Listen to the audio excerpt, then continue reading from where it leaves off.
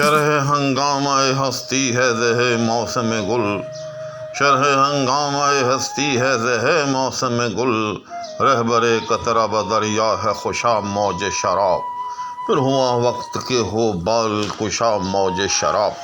السلام علیکم ناظرین، اس غزل کا اگر میں کہوں کہ بیت الغزل یہ شعر ہے وہ لے کر آپ کی خدمت میں حاضر ہو رہا ہوں۔ اب جبکہ یہ غزل اپنے اختتام کو پہنچ رہی ہے، صرف ایک شعر یعنی مقطع رہ گیا ہے، اور مقطع کا بھی دوسرا مصرع جو ہے وہ مطلع کا ہی مصرع دہرایا گیا ہے، تو اس اعتبار سے یہ شعر ایک طرح سے اس غزل کا آخری اور سب سے اہم شعر ہے۔ لہذا میں چاہوں گا کہ میرے ناظرین اس شعر کی تشریح کو آخر تک جو ہے وہ دیکھیں سمجھیں۔ چنانچہ سب سے پہلے مشکل الفاظ کے معنی ایک طرح سے تو شرح ہنگامہ ہستی ہے زہ موسم گل۔ ہنگامہ ہستی یعنی اس کائنات کا ہنگامہ یعنی کائنات، شرح یعنی اس کی تشریح، اس کی جسٹیفیکیشن، اس کی مینیفسٹیشن، تو اس میں سب کچھ آ سکتا ہے۔ زہ یعنی بہت خوب، یہ فارسی میں ایک طرح سے کلمہ تحسین ہے، اور فارسی کے تتبع میں یا اتباع میں اردو میں بھی یہ استعمال ہوتا ہے۔ موسم گل یعنی بہار کا موسم، فصل بہاری۔ اس کے بعد دوسرا مصرع رہبر قطرہ بدریا ہے، یعنی قطرے کی رہنمائی کرنے والا دریا کی طرف، خوشا یہ بھی اسی طرح سے کلمہ تحسین ہے، خوش کے ساتھ جو ہے الف ندائیہ لگایا گیا ہے۔ الغرض یہ بھی کلمہ تحسین اس اعتبار سے ہے کہ مسرت کے موقع پر، خوشی کے موقع پر، کسی کی تحسین کے موقع پر یہ اپنے جذبات کے اظہار کے لیے یہ لفظ استعمال ہوتا ہے، موج شراب موج شراب۔ تو اس لفظی توضیح کے بعد اب ہم آتے ہیں اس کی شعری تفہیم کی طرف۔ تو اس میں دو باتیں یاد رکھیے گا، دونوں مصروں میں الگ الگ بیان کی گئی ہیں، لیکن ان کے درمیان ایک بڑا لطیف سا ربط ہے۔ چنانچہ پہلے ہم دونوں مصروں کا جو مفہوم ہے وہ کلیئر کریں گے، اس کے بعد پھر ان کے درمیان ربط تلاش کرتے ہوئے شعر کی مکمل تفہیم کی طرف بڑھے گی۔ غالب کہتا ہے کہ شرح ہنگامہ ہستی ہے زہ موسم گل، یعنی کیا ہی خوب موسم گل ہے، کیا ہی خوب فصل بہار ہے، کہ یہ فصل بہار جو ہے دراصل اس ہنگامہ ہستی کی شرح ہے۔ کیا مطلب؟ یعنی یہ کائنات جو ہے، جو کہ سر بسر پھیلی ہوئی ہے، اس کائنات کا اگر آپ جوہر حسن دیکھنا چاہیں، اس کائنات کو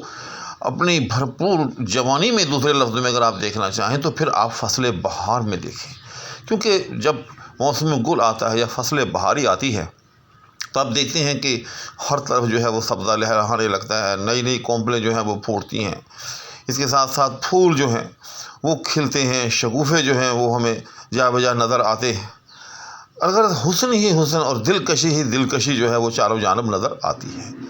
یعنی اگر آپ دیکھنا چاہیں کہ یہ کائنات اپنے جمال کے اندر جو ہے بھرپور طریقے سے اپنا اظہار کر رہی ہے تو پھر فصل گل کو دیکھیے، موسم گل کو دیکھیے۔ تو یہ غالب نے ایک طرح سے پہلے شعر میں ایک مقدمہ جو ہے وہ درج کیا، ٹھیک، ایک بات یا ایک دعویٰ درج کیا کہ اس کائنات کا حسن اگر آپ بھرپور انداز میں دیکھنا چاہیں تو وہ موسم گل میں دیکھیں، یا موسم گل جو ہے یا فصل بہاری جو ہے وہ اس کائنات کو بھرپور جمال بخشنے کا جو ہے وہ ایک ذریعہ۔ اب آتے ہیں دوسرے مصرعے کی طرف۔ اب کہتا ہے کہ رہبر قطرہ و دریا ہے خوشا موج شراب، کہ جو موج شراب جو ہے وہ قطرے کو جو ہے وہ دریا کی طرف لے کر جاتی ہے، یا قطرے کی رہنمائی کرتی ہے دریا کی طرف۔ تو اس میں دراصل غالب نے وہ اپنا مشہور فلسفہ جو ان کا وہ تصوف کا ہے کہ قطرہ اپنا بھی حقیقت میں ہے دریا، لیکن ہم کو منظور تو ظرفی منصور نہیں، یا پھر وہ غالب کا ہی ایک اور شعر کہ قطرہ دریا میں جو مل جائے تو دریا ہو جائے، کام اچھا ہے وہ جس کا کہ معال اچھا ہے۔ اگر صوفیہ کے ہاں انسان کو یوں سمجھیں کہ ایک قطرے کی مثل قرار دیا جاتا ہے، اور جو ذات باری ہے اس کو ایک طرح سے دریا یا سمندر کے ساتھ جو ہے تشبیہ دی جاتی ہے۔ یعنی جس طرح کوئی قطرہ جو ہے اگر سمندر میں یا دریا میں مل جائے تو وہ بظاہر تو فنا ہو جاتا ہے. ظاہر ہے قطرہ جو ہی سمندر میں یا دریا میں ملے گا تو اپنا وجود جو ہے وہ کھو دے گا، پھر اس کو کوئی قطرہ نہیں کہے گا، نہ وہ قطرہ کہیں دکھائی دے گا، بظاہر وہ فنا ہو جائے گا. لیکن حقیقت میں جو ہے وہ ہمیشہ کے لیے جو ہے وہ جاویداں ہو جائے گا. کیوں؟ وہ سمندر کا حصہ بن جائے گا. کیونکہ قطرہ جو ہے، قطرہ اس وقت تک تھا جب تک وہ سمندر سے یا دریا سے باہر تھا، ٹھیک، اس سے الگ تھا. لیکن جب اس نے اپنی ذات کو فنا کیا اور دریا کے حوالے کیا، فنا کرتے ہوئے اپنے آپ کو، تو پھر وہ جاویداں ہو گیا، وہ باقی ہو گیا، وہ دریا کا حصہ ہو گیا. ٹھیک، تو یہ صوفیہ کے ہاں ایک مضمون باندھا جاتا ہے. تو اب ذرا مصرے کی طرف آئیں. پھر بولتا ہے کہ رہبر قطرہ بدریا ہے خوشا موج شراب، کہ موج شراب جو ہے، یا شراب پی کر جو شرابی جو ہے، یا یوں سمجھے کہ کوئی بھی مست شخص جو ہے، وہ جب مست ہوتا ہے اور مستی کے بعد وہ بظاہر جو ہے وہ ہوش کھو دیتا ہے، تو دراصل وہ فنا سے بقا کے راستے کی طرف چل نکلتا ہے. یعنی بظاہر جو ہے وہ بے ہوش ہو رہا ہے، اس کے ہوش جو ہے وہ جا رہے ہیں، ہوش گم ہو رہے ہیں. جس طرح سے ایک قطرہ جو ہے وہ بظاہر فنا ہو رہا ہے، لیکن جس طرح سے سمندر میں یا دریا میں جاتے ہی وہ قطرہ ہمیشہ ہمیشہ کے لیے باقی یا جاویداں ہو جاتا ہے، اسی طرح سے ایک مست لست اگر ہم یہاں کہہ دیں تو اور زیادہ شعر واضح ہو جائے گا، کہ اسی طرح سے جو کوئی مست ہوتا ہے تو وہ بظاہر جو ہے وہ اپنے ہوش کھو رہا ہے، لیکن یہی مستی اس کو ایک ایسی ہوش کی طرف لے کر جا رہی ہے کہ جو اصل ہوش ہے، جہاں اس کو اپنی فنا کے ساتھ ایک ایسی ہستی کی ذات کا ادراک ہوتا ہے یا ہونے جا رہا ہے کہ جو ہمیشہ کے لیے باقی ہے، اور جس کا ادراک جو ہے دراصل اس مدرک کے بقا کی ضمانت ہے. کیونکہ سچی بات یہ ہے کہ بقا اس کائنات میں ہمیشہ کے لیے صرف اسے ہی حاصل ہے، حقیقی بقا اسے ہی حاصل ہے کہ جس کو اپنی فنا کا شعور ہو جائے اور اپنے آپ کو وہ فنا فلہ کر دے، ذات میں ذات حق کے اندر جو ہے وہ ہمیشہ ہمیشہ کے لیے فنا کر دے. تو غالب نے یہاں یوں سمجھیں کہ موج شراب کے پردے میں دراصل ان کا جو مشہور فلسفہ تصوف ہے وہ بیان کیا ہے کہ کوئی انسان اگر اپنے آپ کو ذات باری تعالی میں فنا کرتا ہے تو وہ دراصل ہمیشہ ہمیشہ کے لیے بقا کے راستے پر چل نکلتا ہے. تو موج شراب کو میں سمجھتا ہوں یہاں ایک علامت کے طور پر استعمال کیا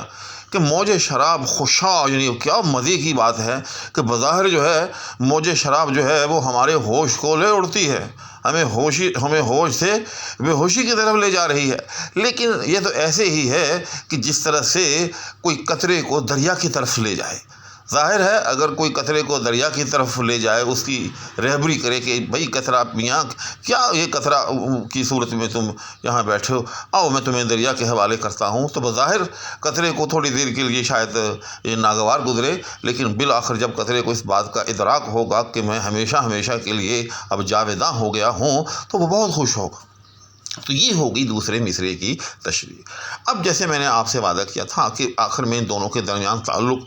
تو تعلق اس کا یہی ہے کہ جس طرح سے اس کائنات کا عروج یا اس کائنات کا حسن جو ہے اس کا سبب جو ہے وہ فصل بہار ہے، اسی طرح سے غالب کہتے ہیں کہ اگر کوئی پینے والا شراب کی مستی میں یہ بات باور کرنے میں کامیاب ہو جائے کہ یہ ہوش جو ہے یہ تو عارضی ہوش ہے، اگر اس سے بے ہوشی حاصل ہوتی ہے تو وہ گویا کہ جس طرح سے قطرہ سمندر میں گر کر فنا ہو جاتا ہے لیکن ہمیشہ کے لیے جاویداں ہو جاتا ہے، تو اسی طرح سے اگر میں ذات حق میں بے ہوش ہو جاؤں، اپنے آپ کو جو ہے ذات حق میں فنا کر دوں، تو یہ میرے لیے ظاہر ہے ایک بقا اور جاودانی کا راستہ ہے. تو پھر اس کے لیے یہی موج شراب جو ہے ایک طرح سے سبب ہوش ہو جائے گی، نہ کہ سبب بے ہوشی. تو یہ غالب نے ایک بڑا لطیف نقطہ جو ہے اس شعر سے جو ہے وہ کشید کیا ہے اور ہمارے ایک بہت خوبصورت شعر جو ہے وہ فراہم کیا ہے. تو ناظرین، امید ہے کہ یہ شعر اپنی تمام تر تشریحات کے ساتھ آپ کو پسند آیا ہوگا. نیز اس شعر کے اندر صنعت تقابل بھی ہے، یاد رکھیے گا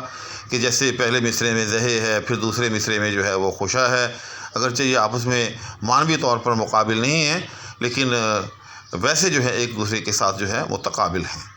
اسی طرح سے پورے مصرے میں اگر دیکھا جائے تو پہلے مصرے میں ایک چیز کو ایک کا سبب بیان کیا، پھر اسی طرح سے دوسرے مصرے کے اندر جو ہے موج شراب کو جو ہے وہ ایک چیز کا سبب بیان کیا. تو اس طرح سے ان دونوں مصروں کے اندر جو ہے وہ صنعت تقابل جو ہے وہ بھی پائی جاتی ہے. تو ناظرین، اسی کے ساتھ نہیں دعاؤں کی درخواست کے ہمراہ اب آپ سے اجازت چاہوں گا. اللہ حافظ.